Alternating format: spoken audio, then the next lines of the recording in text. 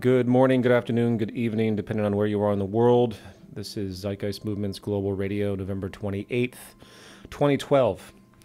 My name is Peter Joseph, and this broadcast is going to delve into the Zeitgeist Movement's new orientation, part one of which is now uploaded in PDF and HTML form. You can go to the zeitgeistmovement.com and then click on the education button and then drop down to orientation, and you will see the existing data. This has been a very intense thing to produce. The other three sections, since this is part one of four that has been currently released, will be out fairly soon. They are in draft mode, but this is very tedious and has been a very difficult and arduous thing to put together to make something that's very clear and concise, but yet not too overbearing, not something hundreds and hundreds of pages long that is just too intimidating for most people to get their head around or even have time to read it. The entire guide will eventually be put into video form as well. There are currently, I guess, around 22 essays and forms, which means there'll be 22 different videos, and there'll probably be a holistic video as well. But this will be a lot easier to communicate to others if it's in fragmented form based on subject. So we can maybe get people interested in certain types of subjects over on our side to see how it fits into a larger context, hence the train of thought. And I want to state that word again, as you're going to hear it many times in the things I'm about to read. The train of thought is what's critical, not organization in a sense, not structure in a sense. If you think about the evolution of, say, science, technology, mathematics, there's an internal logic that comes up, where someone isn't having to assess in concert with some other group of people to understand mathematical logic. Once math was created, it spread, its logic was formulated, so to speak, and people had vast discoveries in the realm of mathematics all across the world with no contact with each other, such as two people discovering calculus at the same time who didn't even know each other hundreds of years ago. So the movement, in my view, this is my perspective, and you can agree with it or not, the movement, in my view, needs to take on a life of its own. It's not about any set institution anymore. It's about getting this data flowing, getting an external perspective happening in all chapters where it's all about projects. A lot of internal disputes have been going on out there. I've been very aware of them. They've been there since day one for 5 years. And my criticism is always the same. Have you kept an outward focus? And if you haven't kept an outward focus as the core driver, which some of the most productive people I've seen in the movement have, then there's something probably wrong. But I'll leave it at that. So the Zeitgeist Movement Orientation Guide is 22 essays, as I mentioned, with a series of appendices. And again, please go and you can follow along to my reading, even though, again, I'm probably going to do a little bit of paraphrasing here. This is going to be put out in total, if I haven't said it already, by December 31st, ideally, maybe a week or two after. And as I mentioned in the last broadcast, I want this type of data, I prefer this type of data, at least at Zeitgeist Day Los Angeles, it's going to be based entirely around this type of data, to be the foundation of Zeitgeist Day events coming up in March. It's a new level that we're trying to achieve here, and I think it can be very, very effective if we hone in and begin to think about strategies to get this type of information out there. And again, bridging other organizations that share similar goals. If you want to talk about human freedom and human rights, the ACLU in America, there's a lot of undercurrent subject matter that needs to be taken into account with respect to economics, and they might just come along. If you want to talk about ecological problems and environmental rights, carbon footprint, all of the waste of globalization, everything that's been talked about by Greenpeace and numerous other organizations, the bridge is very clear in some of this writing. This information was put out by a very core lecture team, and that is another thing, in fact. Supplemental lecture team information is going to be posted eventually as well once this is finished. Even though the guide itself will suffice, there needs to be a more concentrated document that shows approach. And the real crutch of the movement, crutch is the wrong word, the real power of the movement is in this new lecture team facility. Again, we can talk about administration and structure all day long, but unless we have people out there on the street, in conferences, in all of whatever people can come up with to engage and get this stuff out there, not in the name of the Zeitgeist Movement. The Zeitgeist Movement is just a representative gesture. And a lot of people don't get that. But nevertheless, this is where we are and how critically important this information has been. And again, I apologize for how long it's taken, but once you get through the data, you'll begin to see that this is not a fly-by-night type of thing. This is a very centralized angle that hopefully will spark deep inspiration and, of course, educate in a very proficient way, which is the ultimate goal. Again, it's time the movement takes on a life of its own. And it should be a powerful place when we can eventually see this movement's ideas, the ideas that are not the movement's, but the movement's advocation and train of thought, which is built upon tons of other institutions as well, obviously, but in such a concentrated strategic angle where it really begins to push through. After all, this is why we're here, right? This is what the nature of an intellectual activist movement really is. And for those out there that consider themselves members of the movement, ask yourself one question: what are you doing to spread this data? I'm a filmmaker, so my talent is applied in a way to take certain styles and combine them with this type of data. My prior film series, my new film series, Inner Reflections, the Culture in Decline satire series, my bad public access show. This is what I know. So it all comes down to where your comfort zone is and what you know as well and how to get this type of stuff out there. And remember, nobody's stopping you from doing anything. It doesn't take some global approval of the Zeitgeist Movement to start your own interests, to start your own projects in your own area. Unless it's so hideously deviated where the name would be poorly associated, you're not going to find much objection. The life of its own, the train of thought moving forward, a self-calculating arrival at conclusions based on this simple premise of understanding causality and building out a new social model from it. Again, once it takes hold, it will multiply and magnify just like mathematics did. And as an aside, I believe I already talked about Zeitgeist Day last radio show and the like, and meetings will be held for that as well. The new global forum is trying to be launched soon. There's a programming problem that we have to get fixed very, very soon, and then that's going to go live. Also, there's interest to make a documentary on the movement itself, not by me, but by other people, to make a documentary about the movement, not just the content, like an introductory orientation, as will be produced with this 22 essay guide that I've just described, but something about what the movement has done. And when the forum goes up, we'll have a post on this to begin talking about how an hour-and-a-half long documentary, submitting what videos all of our chapters have, the photography, conducting global interviews in multiple languages to show how powerful the accomplishments have been over the past 5 years. The problem with many people is they don't see all this amazing stuff that's happened. Just incredible global unity. They don't see it because it's not readily available. I mean, you can scour through a social network.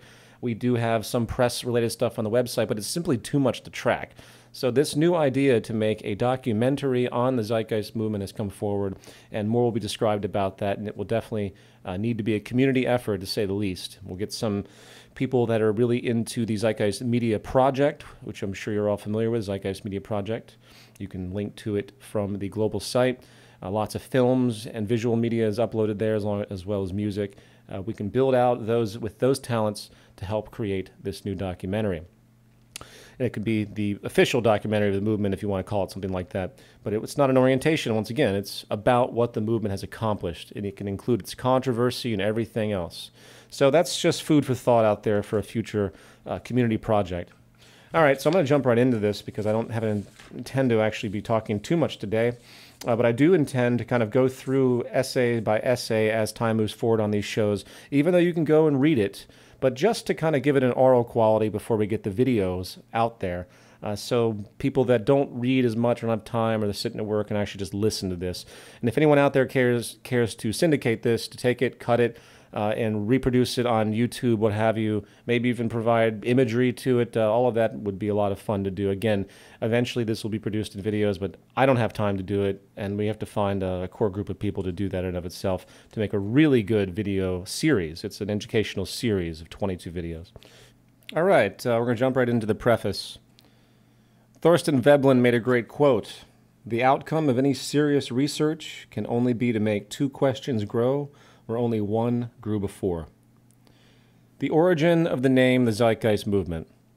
The Zeitgeist Movement is the existing identifier for the social movement described here. The name has no relevant historical reference to anything culturally specific and is not to be confused or associated with anything else known before with a similar title. Rather, the title is based upon the semantic meaning of the very terms explicitly. The term zeitgeist is defined as the general intellectual, moral, and cultural climate of an era.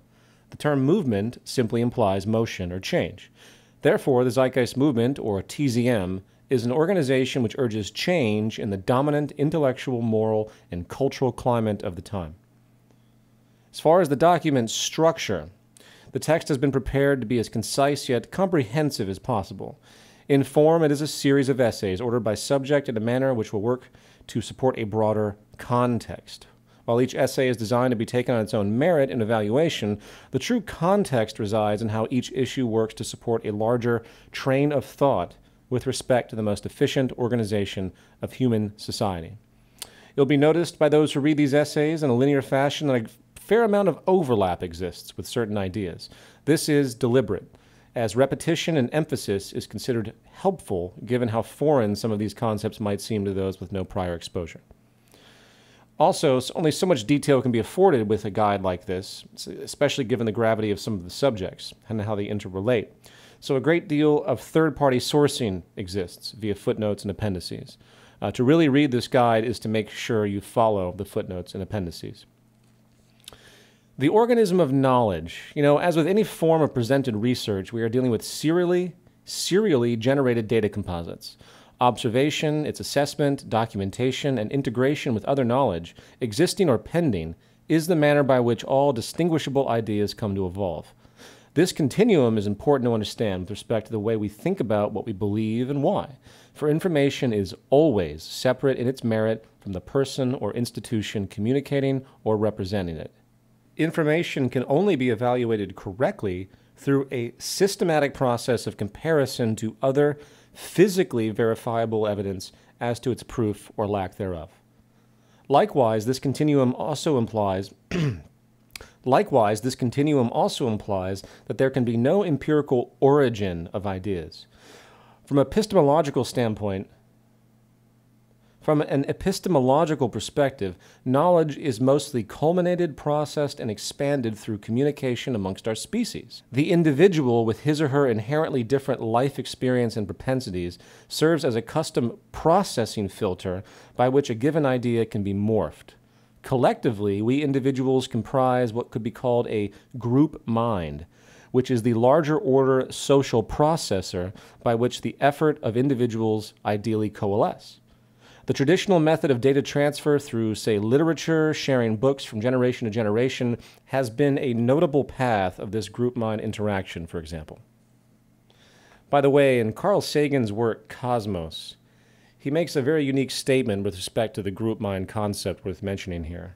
It has to do with the Library of Alexandria, and for those that know, this was a massive library that housed all the origins of religion. It housed a powerful and a culmination of incredible intellect from the ancient world.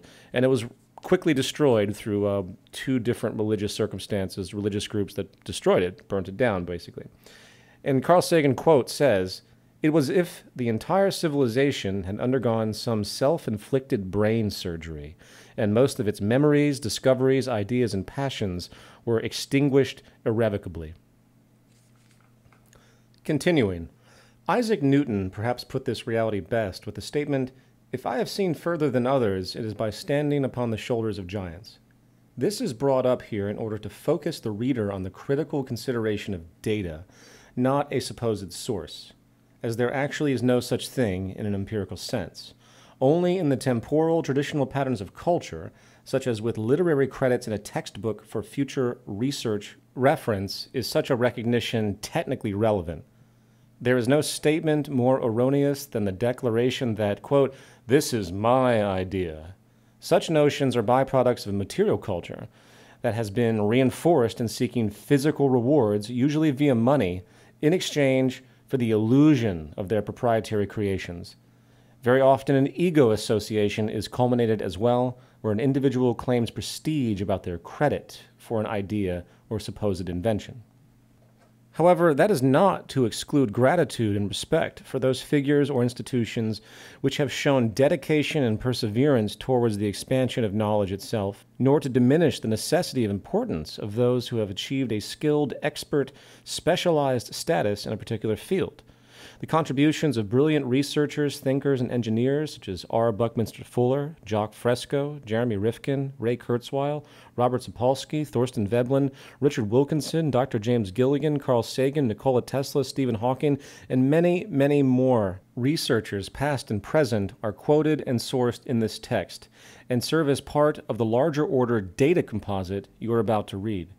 Great gratitude is expressed here towards all dedicated minds who are working to contribute to an ever-improving world.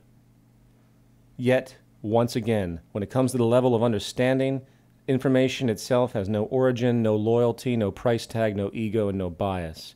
It simply manifests, self-corrects, and evolves as an organism in and of itself through our collective group mind to which we are all invariably a component vehicle. That understood, the Zeitgeist Movement claims no origination of any idea it promotes and is best categorized as an activist educational institution which works to amplify a context upon which existing, emerging scientific findings may find a concerted social imperative. The following websites are officially related to the Zeitgeist Movement. Our main global hub is thezeitgeistmovement.com. Our main hub for chapter-related interests is tzmchapters.net. Our official blog for member submissions, blog.thezeitgeistmovement.com. Our global forum, thezeitgeistmovementforum.org. The Zeitgeist Media Project for audio-visual and literary media in an artistic context, zeitgeistmediaproject.com. Our news portal, which is extremely brilliant, zeitgeistnews.org, run by some tremendously good people. Our annual event day, intellectual event day called Zeitgeist Day or Z-Day, global hub website, zdayglobal.org. The Zeitgeist Media Festival, our arts festival, which we also conduct annually globally, zeitgeistmediafestival.org. And then there is our Global Redesign Institute initiative, which is just getting off the ground now after these fundamental materials get out there. This is a larger scale project open for participation for those that are interested. It's called the Global Redesign Institute, and the template page that's up now is globalredesigninstitute.org. And there's also a mixed social network site that was put up by a group of people that's actually quite good called tzmnetwork.com. We also have TZM Global on Twitter, Facebook, and YouTube, and you can find those links from the global website, thezeitgeistmovement.com. Now, we're going to move to an overview. Part 1, an introduction, overview to the Zeitgeist Movement. I'd like to begin with a quote by Buckminster Fuller. Neither the great political and financial power structures of the world, nor the specialization-blinded professionals, nor the population in general realize that it is now highly feasible to take care of everybody on earth at a higher standard of living than any have ever known. It no longer has to be you or me. Selfishness is unnecessary and henceforth unrationalizable as mandated by survival. War is obsolete. About. Founded in 2008, the Zeitgeist Movement is a sustainability advocacy group which operates through a network of regional chapters, project teams, public events, media expressions, and charity operations.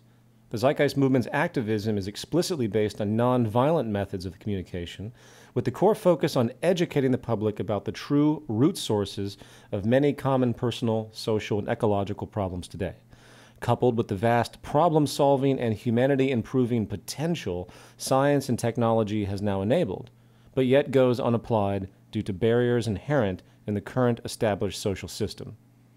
While the term activism is correct by its exact meaning, the Zeitgeist Movement's awareness work should not be misconstrued as relating to culturally common, traditional activist protest actions such as we have seen historically.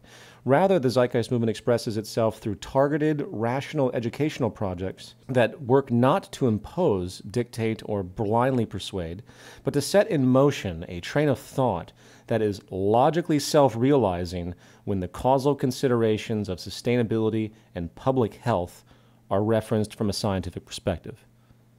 However, the Zeitgeist Movement's pursuit is still very similar to traditional civil rights movements of the past, in that the observations reveal the truly unnecessary oppression inherent in the current social order, which structurally and sociologically restricts human well-being and potential for the vast majority of the world's population, not to mention stifles broad improvement in general due to its established methods. For instance, the current social model, while perpetuating enormous levels of corrosive economic inefficiency in general, as will be described in future essays, also intrinsically supports one economic group or class of people over another, perpetuating technically unnecessary imbalance and relative deprivation. This could be called economic bigotry in its effect, and it is no less insidious than discrimination rooted in gender, ethnicity, religion, or creed. However, this inherent bigotry is really only a part of a larger consideration which could be termed structural violence, illuminating a broad spectrum of built-in suffering, inhumanity, and deprivation that is simply accepted as normality today by an uninformed majority. This context of violence stretches much farther and deeper than many consider. The scope of how our socioeconomic system unnecessarily diminishes our public health and inhibits our progress today can only be recognized clearly when we take a more detached, technical, or scientific perspective of social affairs, bypassing our traditional, often blinding familiarities. The relative nature of our awareness falls victim to assumptions of perceived normality, where, say, the ongoing deprivation and poverty of over 3 billion people might seem natural, an inalterable social state to those who are not aware of the amount of food, for example, actually produced in the world, where it goes, how it is wasted, or the technical nature of efficient and abundant food production possibilities in the modern day. This unseen violence can be extended to cultural memes as well. Memes being ideas transferred from person to person, where social traditions and their psychology can, without direct malicious intent, create resulting consequences that are damaging to the human being. For example, there are religious cultures in the world that opt out of any form of common medical treatment. While many might argue the moral or ethical parameters of what it means for a child in such a culture to die of a common illness, one that could have been resolved if modern scientific applications were allowed, we can at least agree that the death of such a child is really being caused not by the disease itself at that point, but by the sociological condition that disallowed the application of the solution. As a broader example, a great deal of social study has now been done on the subject of social inequality or inequity and its effects on public health. As will be discussed more so in future essays, there's a vast array of physical and mental health problems that appear to be born out of this condition, including propensities towards physical violence, heart disease, depression, educational deficiency, and many, many other detriments. Detriments that have a truly social consequence, which eventually affect us all. The bottom line here is that when we step back and consider newly realized understandings of causality that are clearly having detrimental effects on the human condition, but go unabated unnecessarily due to pre-existing traditions established by culture, we inevitably end up in the context of civil rights and hence social sustainability. This new civil rights movement is about the sharing of human knowledge and our technical ability to not only solve problems, but to also facilitate a scientifically derived social system that actually optimizes our potential and well-being. Anything less will create imbalance and social destabilization, as the neglect of such issues are simply a form of oppression, a hidden form of oppression. So, returning to the broad point, the Zeitgeist Movement works not only to create awareness of such problems and their true systemic roots, hence logic for resolution. It also works to express the potential we have beyond such direct problem solving, potential to greatly improve the human condition in general, solving problems which, in fact, have not yet even been realized. This is initiated by embracing the very nature of scientific reasoning, where the establishment of a near-empirical train of thought takes precedence over everything else in importance, a train of thought by which societal organization as a whole can find a more accurate context for sustainability on a scale never before seen through an active recognition and application of the scientific method. Focus. The Zeitgeist Movement's broad actions could be summarized as to diagnose, educate, and create. Diagnosis is the identification of the nature and cause of anything.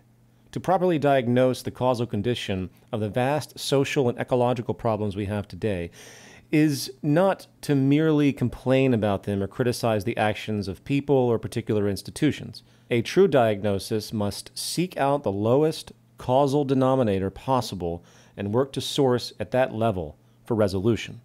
The central problem today is that there is often what could be called a truncated frame of reference, where a short-sighted misdiagnosis of a given consequence persists. For instance, the traditional established solution to the reformation of human behavior for so-called criminal acts is often punitive incarceration. Yet this says nothing about the deeper motivation of the criminals, so to speak, and why their psychology led to such acts to begin with. At that level, such a resolution becomes more complex and reliant upon the symbiotic relationship of their physical and cultural culmination over time. This is no different than when a person dies of cancer, as it isn't really the cancer that kills them in a literal sense, as the cancer itself is the product of other forces. As far as the interest to educate, as an educational movement that operates under the assumption that knowledge is the most powerful weapon we have to create lasting, relevant social change in the global community, there is nothing more critical than the quality of one's personal education and their ability to communicate such ideas effectively and constructively to others. The Zeitgeist Movement is not about following a rigid text of static ideas. Such confined, narrow associations are typical of religious and political cults, not the recognition of emergence that underscores the, quote, anti-establishment, unquote, nature of the Zeitgeist Movement. As an aside, anti-establishment in this context is not the typical context where you're against the current ruling establishment. This distinction of being anti-establishment means that we're against the concept of establishment institutions in and of themselves, because if you think about the law of emergence, there really cannot be establishments. And sadly, the property and monetary culture continues to reinforce these stifling establishments all the time. Continuing, the Zeitgeist Movement does not impose in this sense. Rather, it works to make an open-ended train of thought become realized by the individual, hopefully empowering their independent ability to understand its relevance on their own terms, at their own pace. Furthermore, education is not only an imperative for those unfamiliar with the train of thought and application set related to the Zeitgeist Movement, but also for those who already subscribe to it. Just as there is no utopia, there is no final state of understanding. As far as creation, while certainly related to the need to adjust human values through education so the world's people understand and see the need for such social changes, the Zeitgeist Movement also works to consider how a new social system based on optimum economic efficiency would appear and operate in detail given our current state of technical ability. Programs such as the Global Redesign Institute, which is a digital think tank that works to express how the core societal infrastructure could unfold based on our current state of technology, working to combine that technical capacity with the scientific train of thought so as to calculate the most efficient technical infrastructure possible for any given region of the world, is one example. It is worth briefly noting that the Zeitgeist Movement's advocated governance approach, which has little semblance to the current manner of governance known today or historically, originates out of a multidisciplinary bridging of various proven methods for maximum optimization, unified through a counterbalancing systems approach that is designed to be as adaptive as possible to new emerging improvements over time. As will be discussed later, the only possible reference that could be considered most complete at a given time is one that takes into account the largest interacting observational system, if you will, tangibly relevant. This is the nature of the cause and effect synergy that underscores the technical basis for a truly sustainable economy, not to mention human values. The natural law resource-based economy. Today, various terms exist to express the general logical basis for a more scientifically oriented social system in different circles, including the titles resource-based economy or natural law economy. While these titles are historically referential and somewhat arbitrary overall, the title Natural Law Resource-Based Economy, or NLRBE, will be utilized here as the concept descriptor since it has the most concrete and complete semantic basis. As an aside, if you were to tell someone a resource-based economy, especially those in the economic spheres that want to go back to the gold standard, confusion often emerges. However, if you bring in natural law, a natural law economy, a natural law orientation of resources, and then, of course, natural law orientation of human behavior is built in, then it begins to make more sense. Continuing, a natural law resource-based economy is to be defined as, open quote, an adaptive socioeconomic system actively derived from direct physical reference to the governing scientific laws of nature, unquote.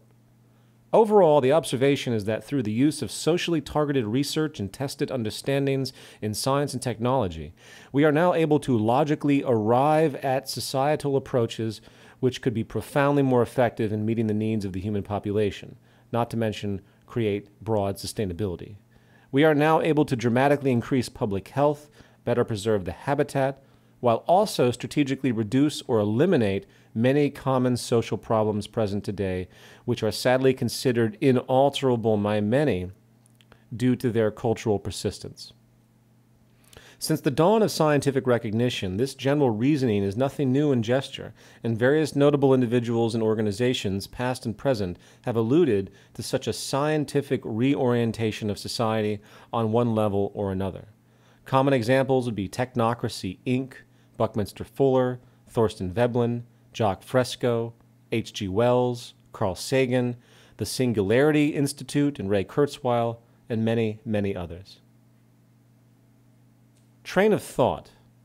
Likewise, many such figures or groups have also worked to create temporally advanced technological applications, working to apply current possibilities to this train of thought in order to enable new efficiencies and direct problem solving.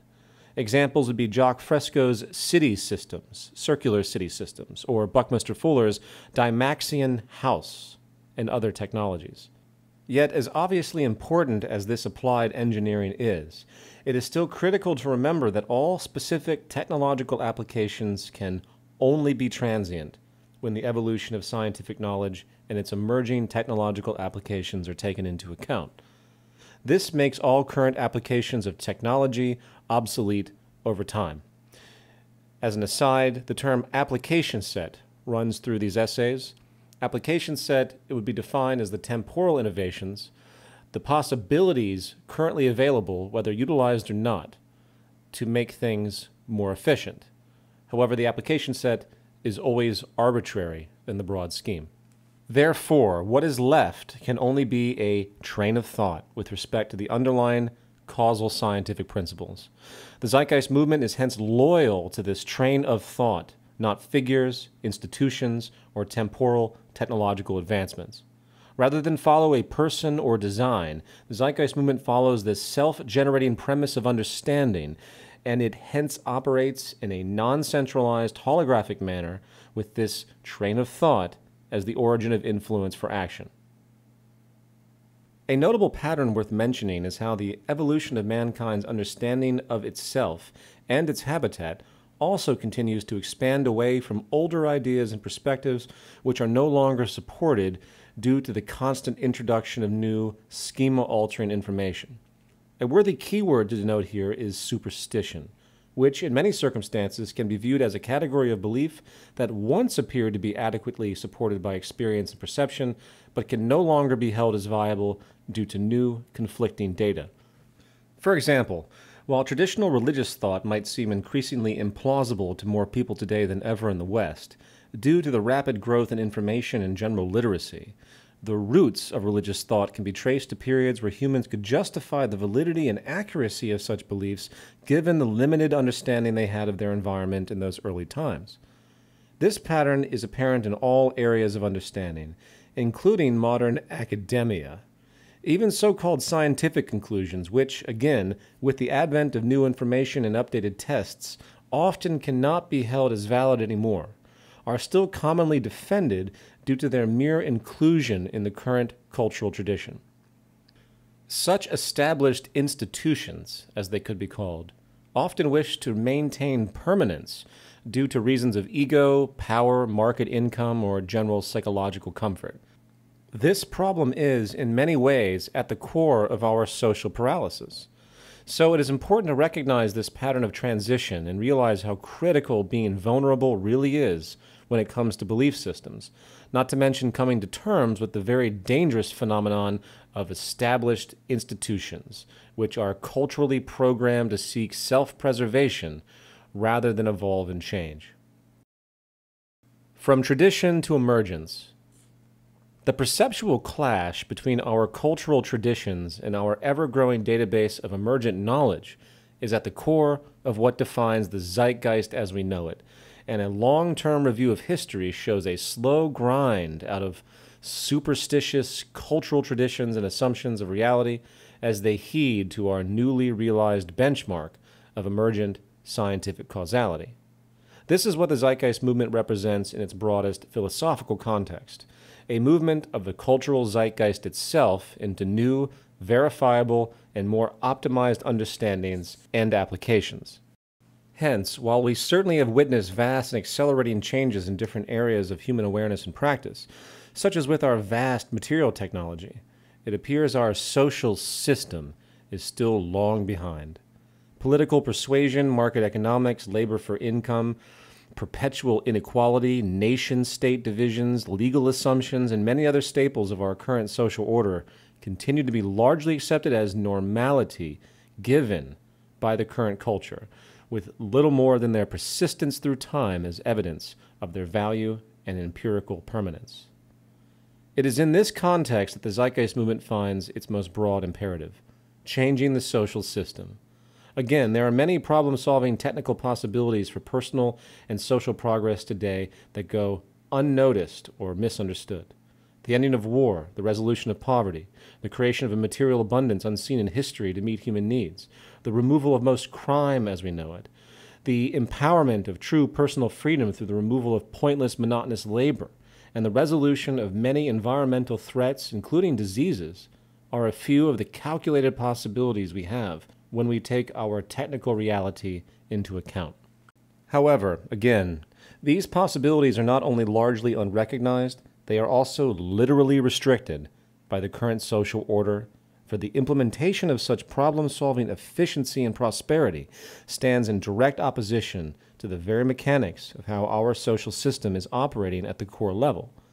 Therefore, until the social system tradition and its resulting social values are challenged and updated to present-day understandings and awarenesses, until the majority of the human population understands the basic underlying train of thought technically needed to support human sustainability and good public health, as derived from the rigor of objective scientific investigation and validation, until much of the baggage of prior false assumptions, superstition, divisive loyalties, and other socially unsustainable, conflict-generating cultural hindrances are overcome, all the life-improving and problem-solving possibilities we now have at hand will remain largely dormant.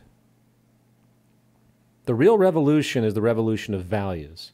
Human society appears centuries behind in the way it operates, and hence what it values.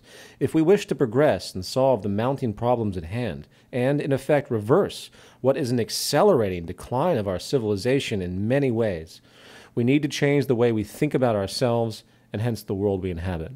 The Zeitgeist Movement's central task is to work to bring this value shift to light, unifying the human family with the basic perspective that we all share this small planet and we are all bound by the same natural order laws as realized by the method of science. This common ground understanding extends much farther than many have understood in the past. The symbiosis of the human species and the synergistic relationship of our place in the physical world confirms that we are not separate entities in any respect, and that the new societal awakening must show a working social model that is arrived at from this inherent logic if we expect to survive and prosper in the long term. We can align or we can suffer. It is up to us. And this concludes the overview essay from the 2012 The Zeitgeist Movement Defined, Realizing a New Train of Thought orientation text. The first part of which has been released, 33 pages, and the latter 3 parts will be arriving soon. Now, originally in this broadcast, I was going to read the scientific worldview, technically the second official essay, but in many ways the third essay.